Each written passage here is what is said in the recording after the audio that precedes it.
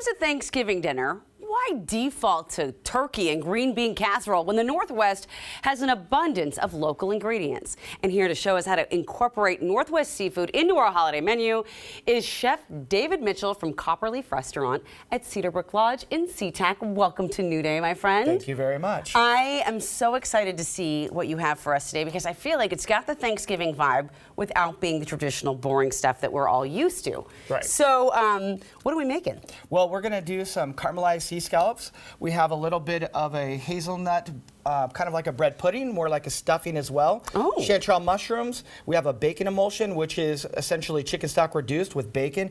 Really, really imparts the bacon flavor. A little parsnip, mousseline. It's a lot kind of more like the mashed potato aspect of it, a little bit more refined. Okay. Some beautiful honey poached cranberries and some guanciale, which is like a bacon, just a lot more flavorful. All right, well, let's see. How do we start putting all this together? Beautiful. Well, first thing we're going to do is we're going to season these scallops up really nicely.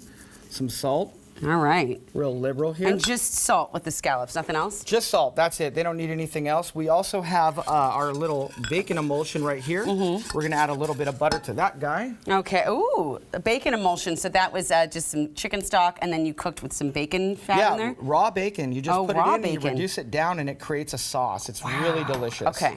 And it really has a really nice bacon flavor, and bacon and scallops are a thing. Oh, they're beautiful. I'm not going to argue with you about that. That sounds good. How long do the scallops take to cook usually? They take about 2.5 minutes on each side. Yep. Got You just want to make sure that they're nice and caramelized, so you need a pretty hot pan for that. All right, so we're going to wait on those, and in the meantime, you're putting chanterelle mushrooms. Yep, chanterelle mushrooms, a little bit of olive oil. Also a local ingredient that is delicious. And they are in season right now. They're some of the best chanterelles you're going to find all year round or right now. So really excited about that, and we use chanterelles at the restaurant quite a bit. Good. I love a chanterelle mushroom.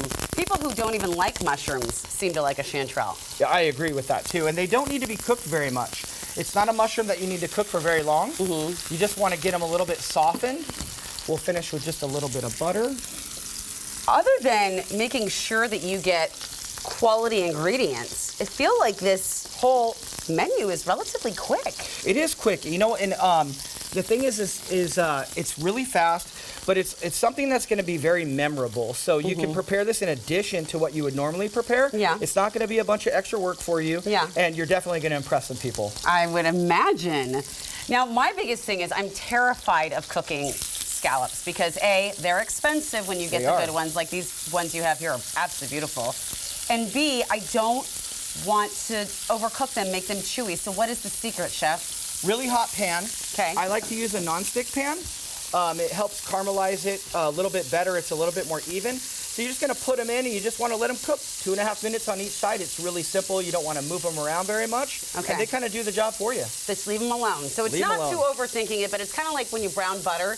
Like, keep an eye on it. Yes. Don't walk away if no you're going to be browning away. the butter. Okay, how are we doing on our sauce over here? Our sauce is the butter's melting. Yeah, thank you. We can whisk that up. We got you. We're going to just keep reducing that while the scallops are cooking. And it's going to thicken up, and it will be amazing with these scallops. I really appreciate that you use so many local ingredients. That's the kind of the theme at Copperleaf as well? Absolutely, yep. We really want to stay within Washington and Oregon. All of our vegetables, our meat program is super local.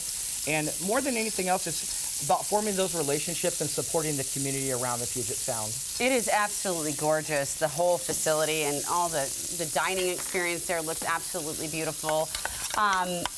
What are some of the other things on the menu you like to have people try?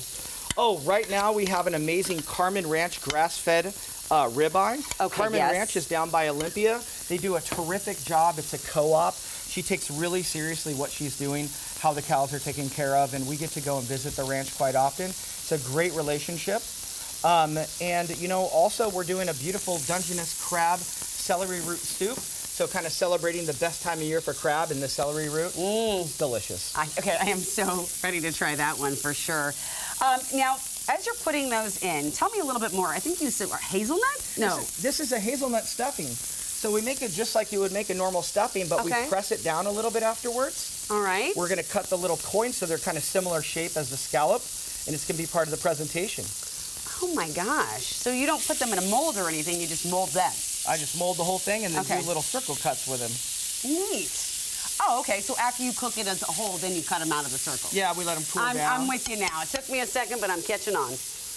And then let's talk about the kind of the mashed potato portion. I mean, it looks like it's got the look of mashed potatoes, but clearly not. Right, so the parsnip mousseline is a puree of parsnips, a little bit of white wine and some shallots. And then as we're pureeing it, we add a little egg yolk to it, and that creates some richness. That's why it looks so silky and smooth. Oh, yes. And it's a great pairing with the bacon and the scallop as well. Oh, neat. I was going to lick that, but that's cool.